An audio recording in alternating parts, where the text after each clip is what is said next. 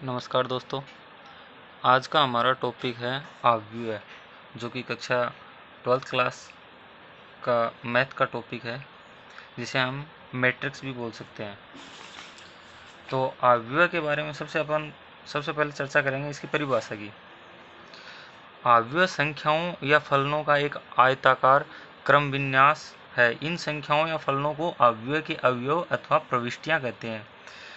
तो अव्यय का मतलब क्या होता है? संख्याओं का एक आयताकार क्रम विन्यास होता है, यानी कि विभिन्न प्रकार की वस्तुओं को या संख्याओं के समूह को एक आयताकार बॉक्स के अंदर बंद करना ही क्या कहलाता है? अव्यय कहलाता है। अपने शब्दों में इस तरह से बोल सकते हैं। दूसरा, अव्यय को अंग्रेजी वर्णमाला के बड़े अक्षरों ABC द्वारा व्यक्त करते हैं अपन। अर्थात जैसे आपको मान लो कोई अव्यय प्रदर्शित करना है, तो इसको ऐसे लिख सकते हैं: A बराबर A11 A12 A21 A22, और यहाँ पर इसका अपन क्रम लिखते हैं M क्रॉस N। अर्थात ये जो A11 A12 A21 A22 ये क्या हैं? ये अव्यय के अवयव कहलाते हैं। और 11 12 इन संख्याओं का अर्थ ये होता है, जैसे A11 का मतलब होता है प्रथम पंक्ति और प्रथम स्तंभ का अवयव है। ये प्रथम पंक्ति व प्रथम स्तंभ का अवयव है। इसी प्रकार A12 प्रथम पंक्ति दूसरे स्तंभ का अवयव है, A21 दूसरी पंक्ति प्रथम स्तंभ का अवयव है, A22 दूसरी पंक्ति और दूसरे स्तंभ का अवयव है। तो अपन इस तरह से एक अवयव को प्रदर्शित कर सकते हैं। नेक्स्ट है अवयव का क्रम। अवयव का क्रम से क्या तात्पर्य है? जैसे अपन ने यहाँ पर एक अवयव को प्रदर्शित कर दिया, जैसे मैं इसको फंडामेंटल फॉर्म होती है Aij M गुणा N। I का मतलब क्या होता है? पंक्ति, और J का मतलब क्या होता है? स्तंभ, यानी I भी पंक्ति और J स्तंभ। तो यहाँ पर ये जो M क्रॉस N है, ये क्रम कहलाता है। यह अव्यय क्या हो गया? अव्यय का क्रम हो गया, अव्यय का क्रम। तो M गुणा N, M क्या है यहाँ पे? M पंक्तियों की संख्या है, यानी अव्यय में टोटल पंक्तियों की संख्या कितनी है? पंक्तियों की संख्या। और N क्या है? N स्तंभों की संख्या है। तो इस प्रकार से एक अवयव को प्रदर्शित किया जाता है। M पंक्तियों की संख्या और N स्तंभों की संख्या है। फिर नेक्स्ट अवयव के प्रकार हैं। ये कुछ ज़्यादा मैटर नहीं है, आप बुक में से पढ़ सकते हो इसको विस्तार से। ये इसको अपन प्रदर्शित कर सकते हैं। एक मैट्रिक्स को A11 इस तरह से इसका एक फंडामेंटल फॉर्म दे रखी है, यानी कितना भी बड़ा मैट्रिक्स हो उसको अपन इस तरह से व्यक्त कर सकते हैं। बाकी इसका जो मेन व्यापक रूप है वो यही होता है, A बराबर Aij और M क्रॉस N। इसका क्या हो गया? क्रम या ऑर्डर, और M पंक्तियों की संख्या होगी, N स्तंभों की संख्या। ये इंपॉर्टेंट है। फिर है अवयव के प्रकार। तो अवयव के प्रकार कितने प्रकार के होते हैं?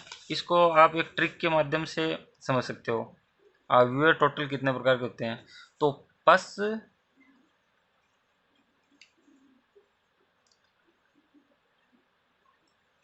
छेऊ, वसु, तवी, अत्रि, इस तरह से। अब इसका मतलब मैं आपको बाद में बताऊंगा, पहले आप देख लो।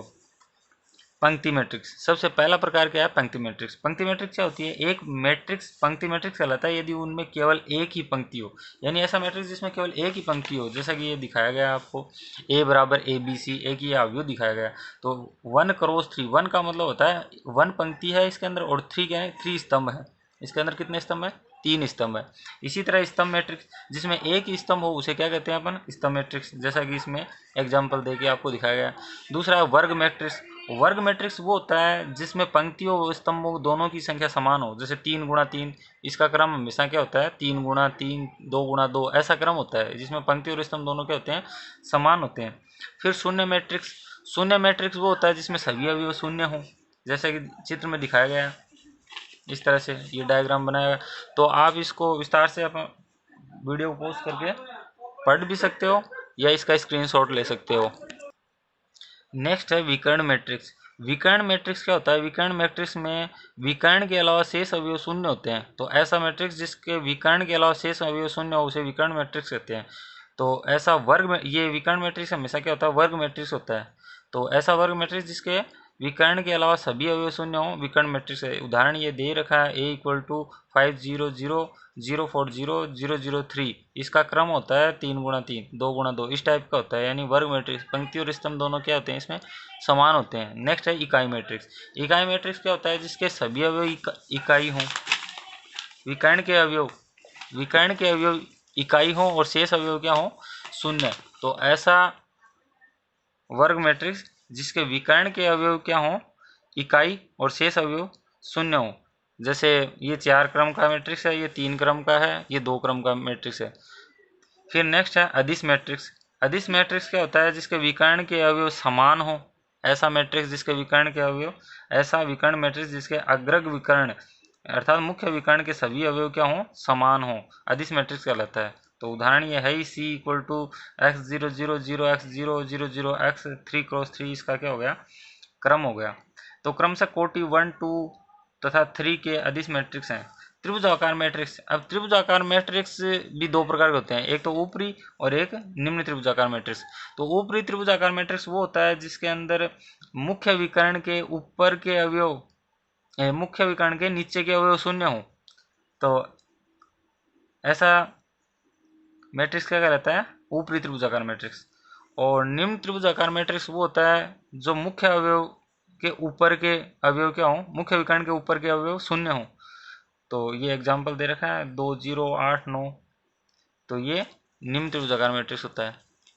फिर नेक्स्ट है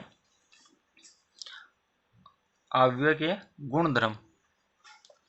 तो अवयव के गुणधर्म के अंदर पहला गुणधर्म है यदि किसी अवयव A की पंक्तियों और स्तंभों को परस्पर बदल दिया जाए तो इस प्रकार प्राप्त अवयव को मूल अवयव A की परिवर्त अवयव कहते हैं और इसको A' या A का ट्रांसपोज से निरूपित करते हैं अपन। तो इसको A' या A की पावर T का मतलब A का ट्रांसपोज से निरूपित करते हैं। तो अर्थात A का ट्रांसपोज बराबर होता है AJ n × m, जबकि A बराबर क्या होता है? AIJ m × n। तो इसका क्रम बदल देते हैं ना तो A का ट्रांसपोज आ जाता है, यानी पंक्तियों को स्तंभ बनाते हैं। जैसे फॉर एग्जांपल जैसे ये कोई मैट्रिक्स है 1 2 3 4 और अगर आपको इसका A का ट्रांसपोज निकालना है तो आप पंक्तियों को स्तंभों में बदल दो तो इसका ट्रांसपोज आ जाएगा। जैसे 1 2 3 4 ये इसका ट्रांसपोज हो गया। इसको अपन A' से भी रिप्रेजेंट कर सकते हैं। नेक्स्ट सम्मित अवयव। अब ये गुणधर्म ऊपर ये भी आप पढ़ सकते हो उनको, यानी A के ट्रांसपोज का ट्रांसपोज लेंगे तो A ही आ जाएगा वापस। के A की पावर T होता है के A का ट्रांसपोज और A ± B की पावर T इक्वल A की पावर T ± B की पावर T। और FB का ट्रांसपोज बराबर होता है, ये इंपॉर्टेंट है, FB का ट्रांसपोज बराबर होता है B का ट्रांसपोज इंटू A का ट्रांसपोज। इसी तरह A1 A2 AN एक श्रेणी के रूप में अगर ट्रांसपोज लें तो अपन पहले पीछे से शुरू करेंगे। AN का ट्रांसपोज डॉट डॉट A2 का ट्रांसपोज A1 का ट्रांसपोज और A की पावर n का ट्रांसपोज लेंगे तो A का ट्रांसपोज की पावर n इसको इस तरह से लिख सकते हैं n belongs to n, natural number होता है। अब सम्मित अवयव क्या होता है? ये इंपॉर्टेंट है। सम्मित अवयव यानी कि यदि आप कोई मैट्रिक्स है, कोई वर्ग मैट्रिक्स है A, सम्मित मैट्रिक्स कहलाती है यदि A का ट्रांसपोज बराबर A हो, यानी कि उसका ट्रांसपोज भी A के बराबर ही हो तो अपन उसको क्या कहेंगे?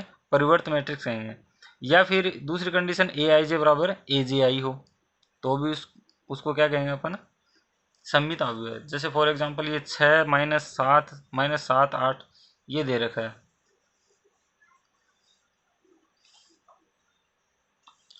तो जैसे एक ये मैट्रिक्स दे रखा है A बराबर 6 - 7 8। तो अगर इसका ट्रांसपोज लें अपन तो क्या आएगा? पंक्तियों को स्तंभ बनाना पड़ेगा 6 - 7 8, यानी कि A बराबर आ रहा है A का ट्रांसपोज। इसका मतलब ये क्या हो गया? सम्मित हो गया, सम्मित मैट्रिक्स है। दूसरी ये कंडीशन AIJ बराबर AJI ए आई जे बराबर ए जे आई, ए आई जे जैसे मान लो A12 पहली पंक्ति और दूसरे स्तंभ का अवयव क्या है, ये है -7। तो A21 क्या होगा, A21 इसमें देखो दूसरी पंक्ति और पहले स्तंभ का अवयव -7 है, तो ये दोनों क्या है, बराबर हैं, तो इसलिए ये क्या है, सममित मैट्रिक्स है। यही से चेक कर लो या फिर A12 कितना है, -7, ये रहा, ये रहा A12 और ये A21, ये दोनों क्या है, सेम है, इसलिए क्या सममित मैट्रिक्स है। डायरेक्ट अपन ऐसे ही चेक कर सकते हैं इसको।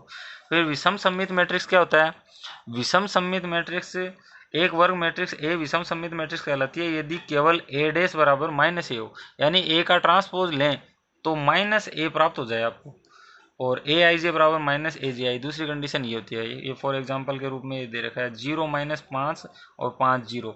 इसका अगर आप जैसे ए बराबर है 0 -5 और 5 0, अगर इसका ट्रांसपोज लें अपन, ए का ट्रांसपोज, तो क्या आएगा 0 -5 और 5 0। अब इसको अगर माइनस में कॉमन ले लूँ इसमें से, तो 0 -5 5 0, यानी आपको क्या प्राप्त हो जाएगा, -A प्राप्त हो जाएगा। इसका मतलब ये मैट्रिक्स है, ये कैसी मैट्रिक्स है, विषम सममित मैट्रिक्स है। तो इस तरह से ये कुछ इसके गुण धर्म है। नेक्स्ट फिर इसके बाद में कुछ नोट है, ये आपको ध्यान में रखना है। यदि a एक सममित अवयव है तो a की पावर n भी एक सममित अवयव है।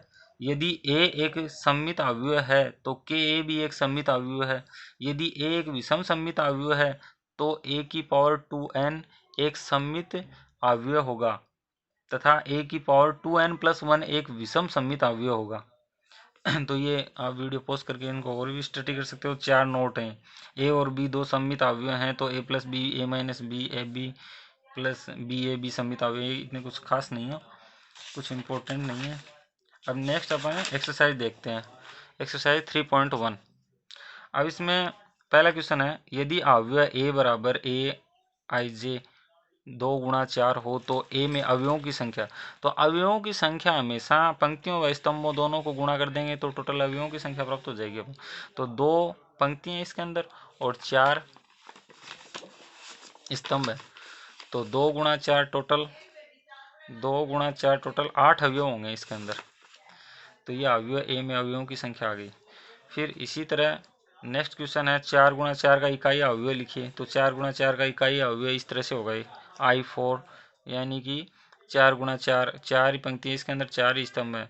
तो 1 0 0 0 0 1 0 0 0 0 1 0 0 0 0 1, इस तरह से अपन ये ले सकते हैं। और फिर आगे और भी क्वेश्चन आप कर सकते हो। ये दो मैट्रिक्स बराबर होते हैं तो उनके अवयव भी बराबर होते हैं। तो देखो ये दो मैट्रिक्स बराबर दे रखे हैं, तो ए का मान ज्ञात कीजिए, ये कह रहा है। तो k + 4 है ना, वो a के बराबर होगा, तो यहाँ से आप a का मान निकाल सकते हो। k + 4, k + 4 बराबर क्या है, a, और एक यहाँ पे k - 6 है, वो बराबर होगा -4 के, यानी संगत अवयव बराबर होंगे इसके अंदर। k - 6 बराबर होगा -4 के। तो यहाँ से k की वैल्यू निकालेंगे अपन, तो k की वैल्यू आएगी 6 - 4 2। ये k की वैल्यू यहाँ पे पुट कर देंगे तो 2 + 4 a = आ जाएगा 6। तो a की वैल्यू क्या होगी, 6 आ जाएगी इस तरह से। तो इस तरह से और क्वेश्चन है, आप देख सकते हो, वीडियो पॉज करके इनको सॉल्व कर सकते हो। बाकी अपन नेक्स्ट वीडियो में देखेंगे। धन्यवाद दोस्तों।